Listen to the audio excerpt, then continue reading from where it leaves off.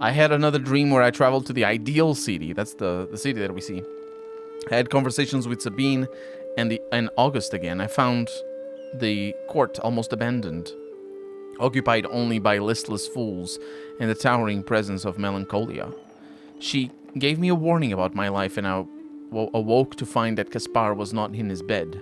I need to go find him in case he's become too caught up in St. Eve's celebrations. Let's go.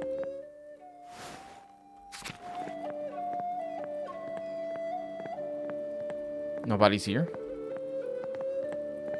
I don't expect anybody to be here.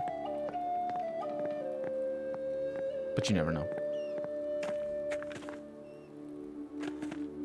Just peaceful.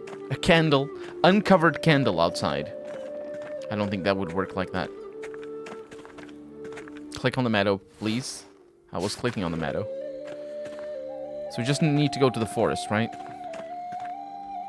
This goes to the church. There's a lot of commotion tonight. It sounds like everybody or everyone's gone to the woods. Yeah. What a stunning collection of wildflowers. Yeah, I was more thinking of the aqueduct there.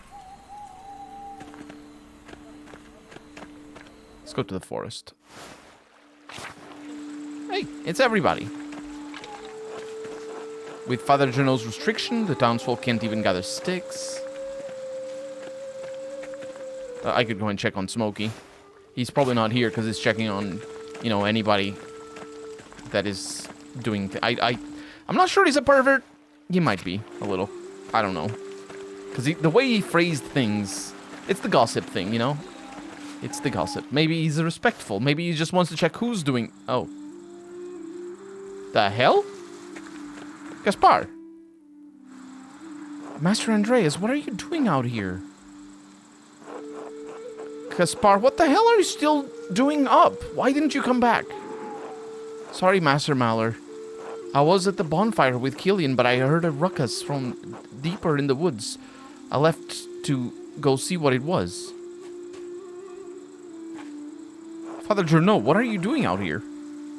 I was chasing one of the townsfolk, but lost track of the customed buffoon. The forest is off limits. I'll figure out who's breaking the rules and excommunicate them myself. What was that? Someone is screaming in town. They're really taking this nonsense too far this year. Let's go back to town and see what's happened. Oh, now we have companions for days. I wanted to see who that person was that, ran away. Because, we don't really have an option to where to go. Or maybe it's just them running. Maybe it's normal, is all I'm saying. Huh. I've never seen these flowers before. I wonder where they found them. Who was that running off anyway? It's too hard to tell who's in those stupid costumes. We can worry about that later. Let's go check on the town first. I remember all the details of the previous chapter. Oh god, is that Odo? Oh, what happened? Dear Odo. Oh, crap. Werner, is he? Oh, no. Dead. Yes, I'm afraid so. Someone released the rope. The platform crushed him. What? How did this happen? Baltus and Lennart and I heard the crash and stepped outside to see what had happened. Right, and then we saw a figure in a costume rushing off from the rat house. It must have been whoever released the rope. And what were you doing during all this, Lennart? Enjoying a light meal with these gentlemen? What a shame you can't blame me for this, Peter. Caspar, look to see if Odo had a note. Huh? Do it.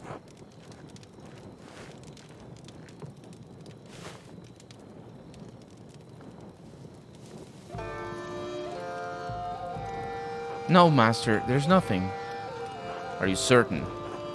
What were you expecting? I'm not sure.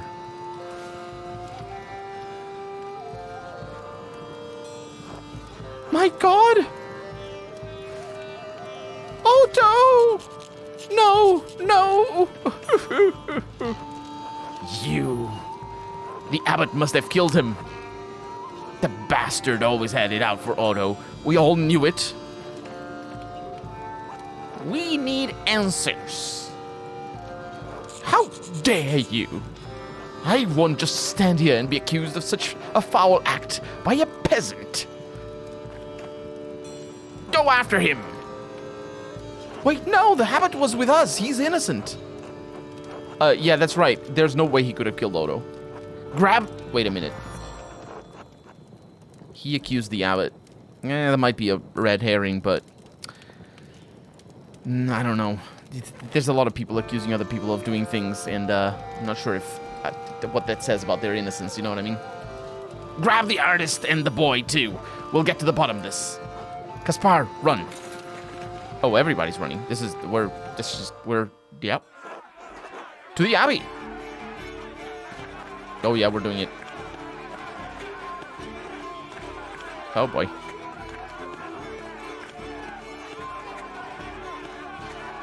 Big York is running after me, by the way. It's a lovely place.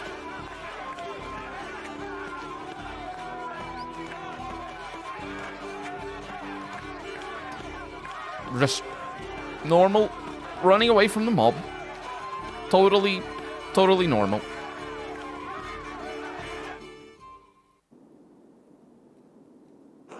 Brothers! To the library, now!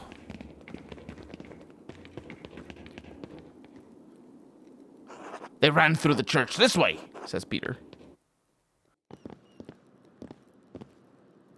Ooh. That's... to the library. They've locked the door.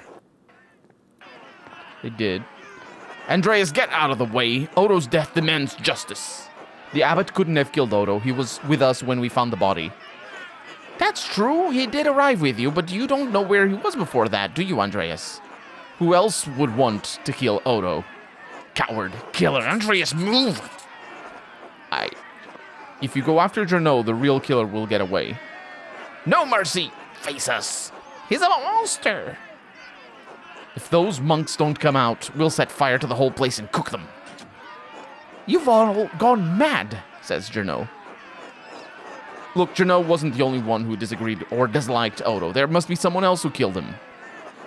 We should figure out why someone else would want to kill him. Fine, damn it. You've got one day to find whoever you think is the real killer, Andreas. Otherwise, we will come back for the abbot. Andreas, all I want is justice for my husband. Please, you must find the murderer. If Odo was a good man, I won't stop until I find who killed him.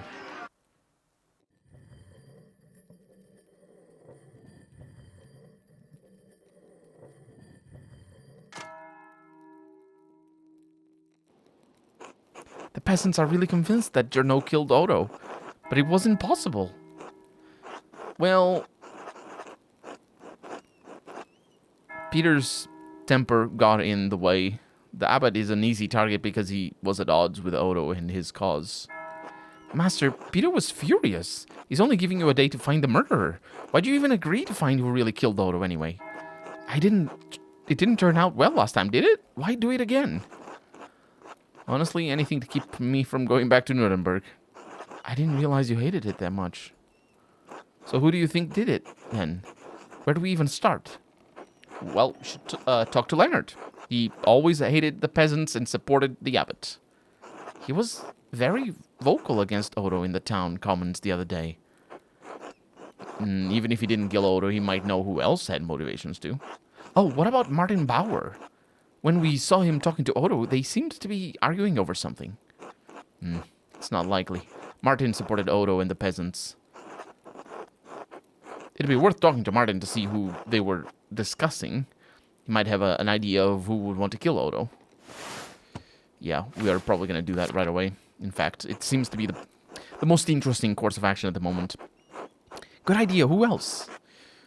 I'm sure we can find some other suspects. We'll have to do some more investigating to find out who the murderer is, but we'd better move fast. Could the murderer confess to Father Thomas? Well, maybe. Even if the murderer did, Father Thomas is bound by the seal of confession. He won't tell us. And actually, that confession thing was raised in the first... was tangentially raised in the first chapter. By the mother... I forget her name, but the mother that died. She mentioned... I think it was her, or it was somebody else who mentioned that it's between me and Father Thomas because, you know, he does the confession. And I don't think it was the mother who did that. It was somebody else, but still. However, we could eavesdrop on the confessions. Since St. John's Eve just happened, the townsfolk will all come in to confess. Oh, yeah, one of the townsfolk might have heard something. Anyway, that's a good place to start. We could also ask around at the Golden Hand. The travelers might have seen or heard something useful. What about the person who ran by us in the forest? They were wearing these flowers. I've never seen them before. Yeah, and they were burly as hell as well. It looks like the person who was standing at the table outside. But what kind of flowers? Right. We have to find the source of these flowers in the woods. They might give us some sort of connection to the killer. So, the killer smelled of moss and frankincense, I believe it was. Or at least I believe it was that. The game definitely portrays it as the killer smelling of that. Because the nun, the blind nun, I forget her name. Gertrude, potentially. Oh, there it is. Yeah, yep. It's here. But she mentioned it. She mentioned seeing the devil, and it smelled of frankincense and moss and things like that. I think it was frankincense. Let's see. Yeah. Wait, I know this flower. It's a marsh marigold. And it grows in wet, shaded woods. Perhaps around the shrine of Saint Satia? The large tree in the area would provide the adequate environment. We have a lot of good places to start. Even though time is short, we have a good chance of finding the real killer. Alright, let's get to work. Do we actually have a good chance? Because I don't know if we do. I do not know if we do. Hannah. Hello, Master Mallory. Anything I can do for you? Yes, actually. You were pretty vocal against Odo in the town commons. What was that about? Just what I said then. I don't want anyone to get hurt. Especially now. We have already had one death in passing. We don't need any more. What about the plight of the peasants? They're dying too? I feel for the peasants, truly, but their coin won't keep our doors open. My husband and I need to make a living. The Golden Hand relies on pilgrims and travelers for its business, Andreas. If Odo got his way, everything would be chaos. Swabby is burning as it is. We need the law to live civilized lives, Andreas. What Odo was advocating for scared me. Well, it's hardly better now. Odo was the only thing holding Peter back. Dear God, I hadn't considered that. I pray this ends quickly. I should get back to work. If you need anything else, Master Mallory, just let me know. Why are you giving me that again? Or these are just the options we have? There's a lot of things that we can do. Joshua, God bless you. Killian, good day, Master Mallory. And Nico. Master Mallory, is there anything I can do for you? Nico, have you heard anyone in here talking about Odo's murder? Just, not just talking about it, but, Yeah, exactly. Like they had something to do with it? Oh, no, I think I'd remember something like that. Then again, I try not to eavesdrop on conversations. I don't want to get yelled at, or worse. But maybe you could find more luck talking to people. Beer always tends to loosen people's lips. Buy a round for everyone, and you can have the run of the place. You'll be here a while, though. Interesting idea. Maybe later. Until then... So drinks on me, that's another quest that we have. And this is the guy that I think could have killed Odo. Why that would be, I don't know. But why is he still here if he killed Odo? Hello, Andreas. Because he's burly, right? He's tall. But then again, height of characters in this game, they don't, it doesn't, you shouldn't trust the height. The game really, Oh, maybe No, I don't think us knowing the flowers around town makes a difference in regards to at least solving this problem. Hey, Paul. Hello, Master Maller. And Elsie. I can go inside to pet the dog.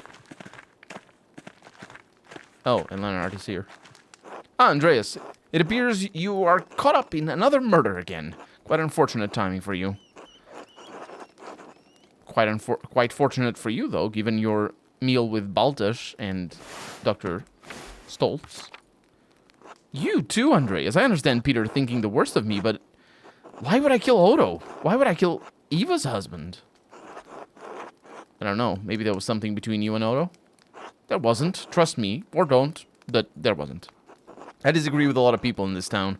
I don't go around killing them.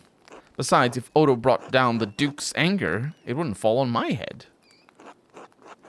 Oh, that's... Would it not? I'm gonna say nothing. In any case, if you get tired of investigating, my door is open. If you'd like to join my family for a meal or see the mountains, just let me know. See the mountains? Yeah, for a brief hunt. Hunt? Yes, for deer. I might be able to help you get some perspective on the situation. I'm investigating Odo's murder. A hunt hardly seems appropriate.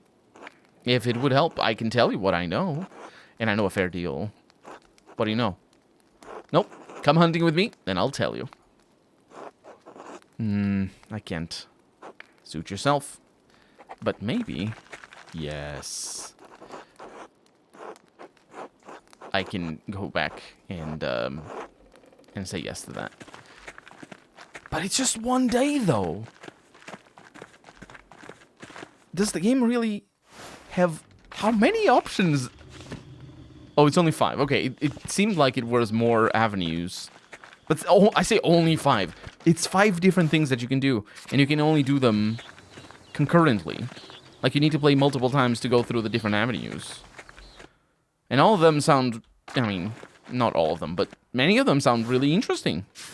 The hunt sounds interesting. Should go to the forest. There's the Abbey as well. Well, let's start with the Abbey. I always start with the Abbey in terms of you know, exploring before committing to time. And if we can go into, which we can, yeah, into the place that, oh crap, what the hell?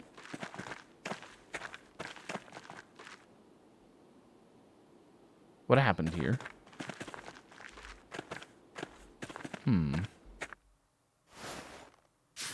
This doesn't seem good. Mirabilis, how are you doing? Very serious. Very serious, Mirabilis. It's not the first time, though. I don't think the dogs changed their demeanor.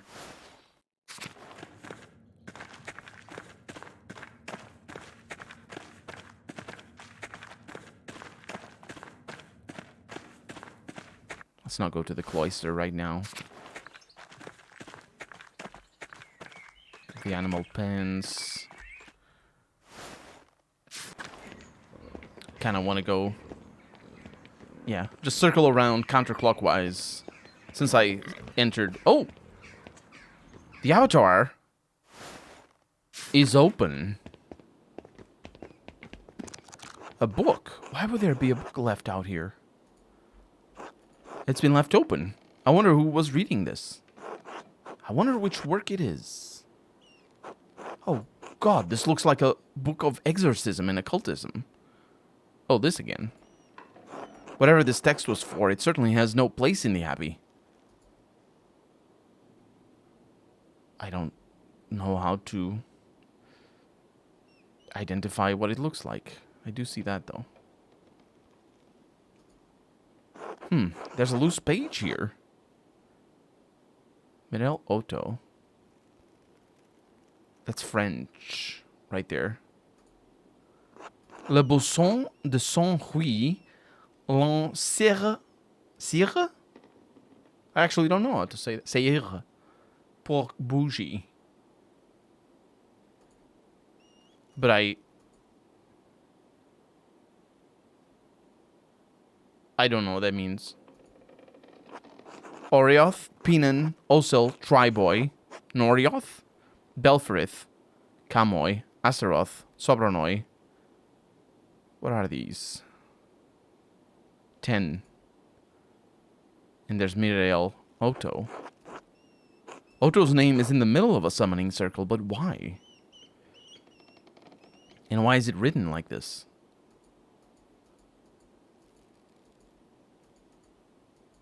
I don't think I can do anything else. Necromancy manual. I found a book in the abattoir that seems quite out of place. It's a manual on enacting necromancy rituals. There was also a loose piece of paper with handwritten notes stuck between the pages. I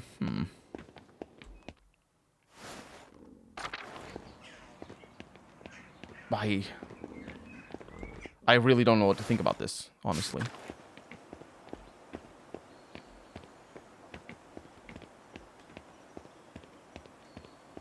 I am pretty sure Frank wasn't the killer of the Duke or whatever, the Baron.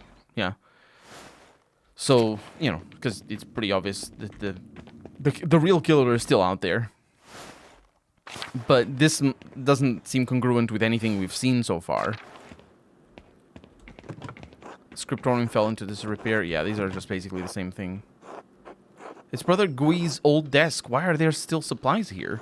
Mostly writing tools and parchment inside, except... But wait, what is this? Are those lemons? And a penknife? Oh, I know what that is for. That's strange. What use would we have for lemons at this workstation? Because, you idiot, it is secret paint. So if you not draw, but, well, if you write with lemon juice instead of, normal ink, nothing shows up on the page. Or, I mean, it does because it's just a little bit wet. But if you warm it up, the lemon juice oxidizes, and because lemon juice is an antioxidant, but warming it up allows it to oxidize after it dries out, I should say. So you warm it up over a candle, and basically you see what was written instead. And that's how you... Yeah, it's just simple, very common knowledge. Go as you please, Andreas, but stay out of the library. Peter's orders. Yeah, I can't do any... Actually, I know how to go to get to the library. You're free to wander, Andreas, but stay out of the library. Peter's orders. That's Sepp there. We've met him before, I think. Let's go to the church. We can go to the library if we want. The sacristy is open. Oh no, the peasants looted everything in here too. That's fine. Restitution. Can I say that? Can I actually point that out? Apparently there's something about a ciborium in a tabernacle. A ciborium is a cup or other vessel for the holy host to sit within before and after the Eucharist, typically made of precious metals. Oh yeah, that's the cup that they put the wine in during Eucharist, which is the thing with the thing. It's a ceremony thing for Christian stuff. And a tabernacle here holds the holy host in a locked and secure box between services of the Eucharist, quote, God's holy place, unquote. And that is the thing. Of course they did. The sacristy is just piles of gold in the shape of crosses and candlesticks. We should still look around to see if anything is left. Yes. I don't see anything, Master. I see things. What do you mean, anything? You see things. Oh, look, a journal. It might be Gui's ledger. Let's take a look. I don't understand any of this. Yeah, it's I don't understand it either. It looks good though, the handwriting. Let me take a look at these entries. So what do we have? The Abbey's income, mostly donations from pilgrims. It's not much. Oh, that's what those are. It's probably denaries. 2 florins and 43 groschen and no denaries hiccups. I have hiccups though. Yeah, so that's florins and groschen and denaries. And that's the totals right there. We can see. Oh, we have more over here. These are the Abbey's expenses. Some of these numbers are awfully high. Yeah, they have florins in them. Oh, we do have a high donation over here. So donum annum. So that's the annual donation. The family, there's the name. So these are family donations. Potentially, they're individual donations. And then over here we have expenses is oh, is that Latin? That must be. Tonnelorum. Is that for a tunnel? No, that's a wine cellar. Bordelade Predio de No, this is the Guillemus de Rosiers. This is somebody else. This is not in the premises of the church. This is for a wine cellar somewhere, I think. Expenses e cave. What is that? Pranci e Messina ad predio de Giuseppe Torrenova in Juni Sami. Yeah, they're paying for... I think they're paying for stuff elsewhere. Wait a minute. I think I see now. Gui is using double bookkeeping, a difficult type of accounting to understand. It isn't, actually. It's really easy to understand. So that's why the expenses are so high. So basically, it doesn't mean that what I'm about to describe is what is going on right here in the game, but in real life, double bookkeeping, having two books, basically, is you have if you have your accounting all in order and all that, you just write down how much you pay for your stuff and how much you receive for your work. And so if you pay 100 for a chair, right, and you make, I don't know, more chairs, you receive 100 for the chairs, your books turn out at 0, right? It's simple. But if you keep two books, you can say, for example, that you paid 1,000 for the chair, but you received 10 for the chair. So the end result is that you're going to be losing 990, right, at the end of the book, at the end of the year. And this is in one book, and in another, you do the opposite. You pay 10 for the chair, but you got 1,000, for example. So you're basically lying to say that to basically when you're telling the government, or in this case the Lord, or actually I don't know who this would probably be for the Holy Roman Empire here that they were paying, or the Vatican, I don't know, but when they ask you how much you have made, so you have to pay taxes on your profits, you just give them the book where you lost 990. But for the real book, or the book that you're actually trying to keep things under control or whatever, you just keep it to yourself, because that's the book that is actually real. So having two books, that's probably what's going on here. The Abbey is struggling to make ends meet, but the accounts seem to balance out.